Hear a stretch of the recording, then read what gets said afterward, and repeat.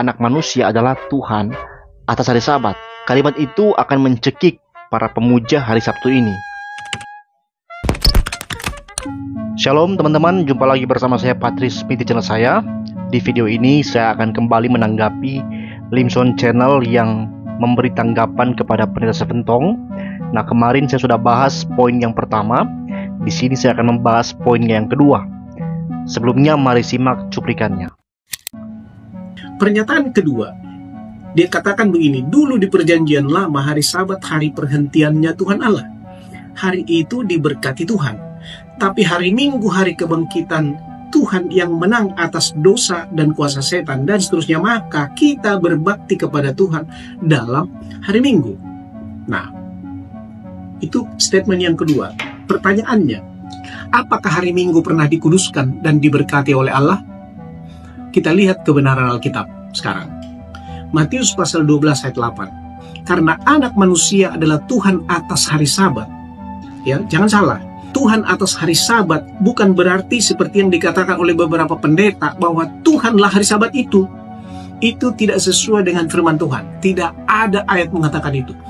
Tidak ada pemahaman dalam Alkitab yang mengartikan bahwa Tuhan adalah hari Sabat. Itu cuman enak-enaknya ngomong saja itu. Nah, Markus pasal 2 ayat 28 dikatakan jadi anak manusia adalah juga Tuhan atas hari Sabat. Lukas pasal 6 ayat 5 kata Yesus lagi kepada mereka, anak manusia adalah Tuhan atas hari Sabat. Kejadian pasal 2 ayat 2-3, ketika Allah pada hari ke-7 telah menyelesaikan pekerjaan yang dibuatnya itu, berhentilah ia pada hari ke-7 dari segala pekerjaan yang telah dibuatnya itu. Ya. Kemudian Keluaran pasal 20 ayat 10, tetapi hari ke-7 adalah hari Sabat Tuhan Allahmu. Sebab 6 hari lamanya Tuhan menjadikan langit dan bumi, laut dan segala isinya, dan ia berhenti pada hari ke-7. Itulah sebabnya Tuhan memberkati hari Sabat dan menguduskannya. Ya. Keluaran pasal 6 ayat 23, lalu berkatalah Musa kepada mereka, inilah yang dimaksudkan Tuhan. Besok adalah hari perhentian penuh, Sabat yang kudus bagi Tuhan. Ulangan pasal 5 ayat 14, tetapi hari ke-7 adalah hari Sabat Tuhan. Jadi, apakah pernah dikuduskan hari Minggu? Tidak pernah. Apakah hari Minggu pernah diberkati? Tidak pernah. Hari Sabat, hari ke-7. Ya. Nah, kemudian siapa pemilik hari Sabat itu? Lalu Allah memberkati hari ke-7 itu dan menguduskannya. Karena pada hari itulah ia berhenti dari segala pekerjaan penciptaan yang telah dibuatnya itu. Jadi apakah Allah pernah menguduskan dan memberkati hari Minggu? Tidak. Mengatakan hari Minggu dikuduskan dan diberkati adalah dusta besar. Ya, berbohong, mengabaikan Alkitab. Pernyataan yang ketiga. Nah, itulah videonya teman-teman. Jadi dalam tanggapan dia yang kedua ini, dia membahas mengenai Pak Tong yang mengatakan bahwa setelah Yesus bangkit pada hari Minggu dikuduskan menjadi hari Tuhan. Mengenai pengertian hari Minggu sebagai hari Tuhan, itu sudah pernah saya jelaskan dalam video pertama. Nah, saya nggak akan mengulanginya di sini. Tapi, menanggapi statement Pak Tong, Pak Limson bertanya, apakah hari Minggu pernah dikuduskan dan diberkati oleh Allah? Dia melanjutkan dengan menunjukkan Matius 12 ayat 8, Markus 2 ayat 28, dan Lukas 6 ayat 5, di mana Yesus itu menegaskan bahwa anak manusia adalah Tuhan atas hari Sabat. Dia memberi komentar mengenai ayat itu bahwa itu bukan berarti seperti yang dikatakan oleh beberapa pendeta bahwa Tuhanlah hari Sabat itu. Setahu saya nggak ada orang yang mengatakan bahwa Tuhanlah hari Sabat. Tapi seperti saya katakan di video sebelumnya, Kristus adalah kegenapan dari Sabat. Mungkin itu yang dia maksudkan ya, pengertian seperti itu. Tapi untuk itu saya sudah memberi penjelasan di dalam video sebelumnya mengenai kenapa Kristus dikatakan sebagai kegenapan dari Sabat. Saya mengacu dari Ibrani pasal 4 tentang orang yang beriman kepada Kristus itu masuk ke tempat peristirahatan Allah, mendapatkan rest dan istirahat yang sejati. Jadi bukan gak ada Alkitab mengatakan itu, melainkan Bapak lah yang gak belajar Alkitab dengan baik, hanya membaca dan menghafal ayat-ayat tertentu, tapi sama sekali gak memahami apa itu teologi perjanjian, teologi simbol, dan lain sebagainya. Nanti sebentar akan saya jelaskan apa maksud sebenarnya penegasan Yesus bahwa anak manusia adalah Tuhan atas hari Sabat. Dalam videonya kemudian dia menunjukkan Kejadian 2 ayat 2-3, Keluaran 20 ayat 10-11, Keluaran 16 ayat 23, Ulangan 5 ayat 14. Dan setelah menunjukkan semua ayat itu, dia bertanya, jadi apakah pernah dikuduskan hari Minggu? Dia tegaskan tidak pernah. Dia bertanya apakah hari Minggu pernah diberkati? Dia bilang nggak pernah. Kemudian dia lanjut bertanya, siapa pemilik hari Sabat itu? Dia kembali merujuk sebuah ayat untuk menegaskan bahwa Allah hanya memberkati hari ke-7 dan tidak pernah hari Minggu. Dia bilang bahwa mengatakan, kalau kita mengatakan hari Minggu dikuduskan dan diberkati seperti yang Pak Tong katakan, itu adalah dusta besar, berbohong dan mengabaikan Alkitab. Nah, jadi saudara, dalam tanggapan dia di poin kedua itu, lebih kepada dia menunjukkan ayat-ayat dalam Perjanjian Lama tentang signifikansi hari Sabat untuk membantah klaim dari Pak Tong, ya, klaim hari Minggu. Yang meskipun sebenarnya dalam pengertian saya ya, yang saya dengar dari Pak Tong itu bukan Pak Tong meninggikan hari Minggu tanpa alasan, tapi Kristuslah yang menjadi pusat. Teman-teman, kalian harus ingat ya, kita atau saya pribadi itu nggak menghina hari Sabat, saya nggak merendahkan hari Sabat lalu menggantinya atau meninggikannya dengan hari Minggu, tidak. Tapi yang saya jelaskan adalah bahwa Sabat itu sudah mendapatkan kegenapannya di dalam iman kepada Kristus. Alasan kenapa kita beribadah hari Minggu itu juga sudah saya jelaskan dalam video yang pertama, bahwa ada dua alasan kita beribadah di hari Minggu, yaitu alasan hidup di bawah kasih karunia dan bukan hukum Taurat, dan alasan perjanjian baru yang menggenapi perjanjian lama. Saya juga menjelaskan mengenai dua versi Sabat, bagaimana versi pertama ya, versi manusia, Sabat manusia, itu telah dilanggar dan dinodai oleh umat Israel sendiri. Dan bagaimana lewat Kristus, kita semua mendapatkan Sabat versi Tuhan, yang bukan hanya merujuk pada sebuah hari, tapi sebuah tempat tertentu yang digambarkan oleh penulis Ibrani secara teologis bahwa mereka yang masuk ke tempat Sabat itu, yang sempurna itu adalah orang percaya. Nah, orang Yahudi sendiri yang memelihara Sabat versi manusia, dikatakan dalam Ibrani 4 bahwa mereka itu nggak masuk ke Sabat atau hari ke-7 bagi umat Allah, yaitu mereka yang percaya pada Kristus. Yang dalam beberapa kasus ya, pada kekristenan abad pertama, ada kelompok Yahudi Kristen yang menghakimi orang non-Yahudi Kristen, khususnya di Kolose, karena mereka itu nggak memelihara hari Sabat. Paulus menegaskan bahwa orang nggak boleh menghakimi mereka karena perihal hari Sabat, hari raya dan lain-lain. Yang mana Paulus tegaskan semuanya itu hanyalah bayangan dari Kristus, yang adalah kegenapan segala hukum seremonial di perjanjian lama, yang mana semua itu juga seringkali dilanggar dan dinista bahkan oleh umat Yahudi. Hanya Allah yang menjadi manusia, yaitu Yesus ya, yang hidup sebagai orang Yahudi, melaksanakan seluruh hukum dengan sempurna, tetapi dia mati di kayu salib, sehingga siapapun, orang Yahudi, non-Yahudi juga, dari seluruh bangsa manapun, yang pasti nggak ada di antara manusia manapun yang hidup sempurna menuruti Taurat, menjalankan hukum Taurat.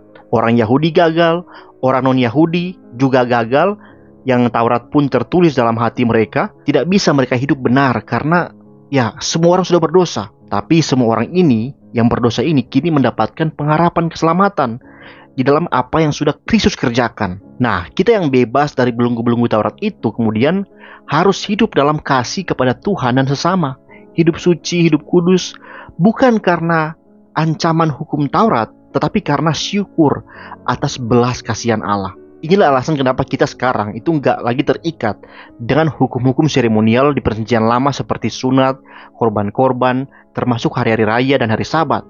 Karena Paulus sendiri bilang, semuanya itu tidak lagi membenarkan kita di hadapan Allah, melainkan iman kepada Kristuslah yang telah mati dan bangkit itu. Itulah yang membenarkan kita di hadapan Allah. Dan oleh karena pengertian ini, berhubungan dengan fakta Alkitab kebangkitan Yesus, fakta Yesus menampakkan diri berkali-kali kepada para murid dan memberkati mereka di hari pertama minggu, para rasul yang di satu sisi sadar mereka nggak lagi terikat dengan hukum Taurat seremonial termasuk Sabat, dan di sisi lain sadar juga bahwa seperti nubuatan Yoel, hari Tuhan tergenapi setelah kematian Yesus, yaitu pada hari pertama minggu, di saat kebangkitannya sebagai hari yang besar dan dahsyat, itu menjadi awal yang baru, permulaan yang baru. Mereka meneruskan persekutuan itu menjadi sebuah hari syukur dan sukacita, dan berlangsung terus sampai hari ini. Memang tidak ada perintah eksplisit dalam PB dikatakan untuk orang Kristen beribadah di hari Minggu, sebagaimana perintah eksplisit untuk orang Yahudi di PL bahwa mereka harus menguduskan hari Sabat. Tapi peribadatan Minggu teman-teman terjadi berdasarkan syukur dan sukacita atas fakta penggenapan perjanjian yang sudah dikerjakan Allah bagi mereka, bagi kekristenan mula-mula dan bagi kita hari ini juga. Salahkah kalau kita mengadakan syukur atas karya Allah terbesar? Saya bertanya, supaya kita bisa fair ya. Adakah perintah beribadah syukur di hari ulang tahun atau beribadah syukur hari pernikahan? Tidak ada. Lantas kenapa orang Advent beribadah syukur hari ulang tahun, bahkan mungkin hari pernikahan? Kan Tuhan tidak pernah secara eksplisit memerintahkan kalian untuk beribadah syukur di hari ulang tahun. Lantas kenapa kalian melakukannya? Nah, itulah kenapa para rasul tercatat bahwa mereka berkumpul dan memecahkan roti di hari pertama minggu. Mereka itu bersuka cita. Mereka bersyukur, beribadah. Bukan hanya karena Yesus berkali-kali menampakkan diri kepada mereka di hari pertama minggu, tapi juga karena mereka sadar hari pertama adalah hari yang besar, hari kebangkitan, hari kebebasan, hari kemenangan atas maut. Memang kita nggak perlu patok setiap hari Minggu baru bersyukur. Kita bisa bersyukur setiap detik atas keselamatan kita. Tetapi secara persekutuan, secara komunal, kita bersama-sama setiap minggu merayakan hari Tuhan dalam persekutuan bersama. Ya kali kalau persekutuan bersama itu setiap hari. Kalau pribadi-pribadi setiap hari berdoa, beribadah pribadi, sendiri-sendiri ya, bersaat teduh, bersama keluarga, ya bolehlah, bagus malah. Kalau bersama-sama setiap hari satu jemaat ya sulit. Intinya kita beribadah di hari Minggu itu bukan hanya karena ada hukum yang mengikat sebagaimana hukum Taurat, karena kita sudah bebas dari aturan-aturan yang mengikat seperti itu. Tapi kita beribadah hari Minggu itu dasarnya adalah ya firman Tuhan yang menyatakan itu adalah hari kebangkitan Tuhan, hari pengharapan, hari keselamatan kita dalam Kristus, dan juga atas dasar syukur. Syukur atas berkat Allah bagi kita, yaitu keselamatan itu sendiri ya, yang kita dapatkan bukan karena hasil usaha kita, tetapi karena pemberian cuma-cuma oleh Allah lewat anaknya Yesus Kristus itu. Nah, di sini saya akan menjelaskan tentang kalimat anak manusia adalah Tuhan atas hari Sabat. Kalimat itu akan mencekik para pemuja hari Sabtu ini. Mari kita lihat apa maksud ayat itu. Pertama kita perlu melihat konteks ayat itu.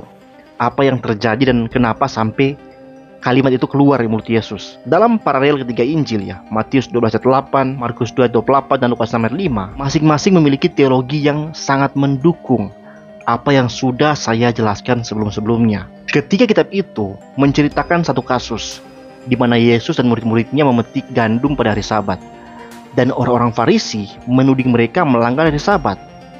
Yesus kemudian merujuk kepada kisah Daud yang kelaparan dan mengambil makanan yang dilarang dimakan oleh orang yang bukan imam di dalam bait Allah pada hari Sabat. Jadi Daud kalau secara rafiah yaitu melanggar larangan makan makanan imam dan melanggar hari Sabat. Nah, kasus itu dikemukakan Yesus itu bukan sebagai sebuah alibi untuk membenarkan perbuatannya, tidak, tetapi sebagai sebuah penjelasan bahwa hukum tata cara seremonial semacam itu nggak lebih tinggi daripada hukum belas kasihan. Dalam cerita Matius, Yesus bahkan menegaskan bahwa hukum belas kasihan itu lebih penting daripada bait Allah. Teman-teman, bait Allah adalah sentral kehidupan orang Yahudi, sentral iman mereka. Ketika Yesus berkata ada yang lebih tinggi dari bait Allah, Yesus sedang membicarakan dirinya yang berkaitan dengan belas kasihan. Ya, Allah adalah kasih. Yang begini ya, bagaimana bisa seorang yang kelaparan mau makan kemudian dipersalahkan hanya karena dia melanggar aturan tata cara agamawi, tata cara tertentu. Nah, kalimat anak manusia adalah Tuhan atas hari Sabat mendapatkan penjelasan yang lebih lengkap dalam versi Markus. Sebelum kalimat itu diucapkan Yesus terlebih dahulu berkata, hari Sabat diadakan untuk manusia dan bukan manusia untuk hari Sabat. Dengan kalimat itu, Yesus memberi kesimpulan, jadi anak manusia adalah juga Tuhan atas hari Sabat. Nah, penegasan ini sebenarnya mengandung arti bahwa aturan hari Sabat itu nggak boleh lebih dipentingkan dibandingkan prinsip kasih kepada sesama manusia. Penegasan anak manusia adalah Tuhan atas hari Sabat itu menekankan bahwa Kristuslah yang mengadakan hari Sabat itu. Dialah yang paling mengerti apa maksud, tujuan, dan guna dari hukum hari Sabat yang saat itu sudah disalahgunakan oleh orang Farisi, orang Yahudi, seolah-olah menjalankan hukum Sabat, hukum seremonial itu sendiri lebih utama dibanding hukum belas kasihan atau hukum moral. Hukum moral, hukum belas kasihan itu nggak boleh diabaikan atau direndahkan demi hukum yang lain, demi hukum seremonial. Itu nggak boleh. Dalam Lukas 6 ayat 6-11 diceritakan dalam hari Sabat yang lainnya, Yesus menyembuhkan orang sakit pada hari Sabat. Mereka marah dan bahkan mau membunuh Yesus karena perbuatan belas kasihan Yesus itu. Ini menunjukkan betapa mereka telah memuliakan hari Sabat begitu rupa, sehingga kemuliaan hari Sabat itu sudah menjadi lebih tinggi dibanding kemuliaan manusia yang adalah gambaran Allah yang mulia. Nah, saudara-saudara, Yesus Kristus telah membebaskan manusia dari hukum-hukum seremonial yang ketat dan sudah sering disalahgunakan itu.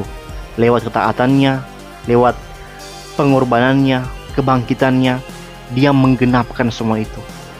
Masakan kita masih mau mengkultuskan dan memuliakan hari Sabat di atas kasih karunia Allah Bapa yang telah mengorbankan anaknya bagi kita? Betapa teganya sih, betapa teganya. Betapa teganya Pak Limson ya. Ya, saran saya Pak ya, jangan hanya mentok belajar dari sumber-sumber Advent saja. Belajar juga dari sumber-sumber reform ya. Sekian video saya, Tuhan Yesus memberkati. Shalom.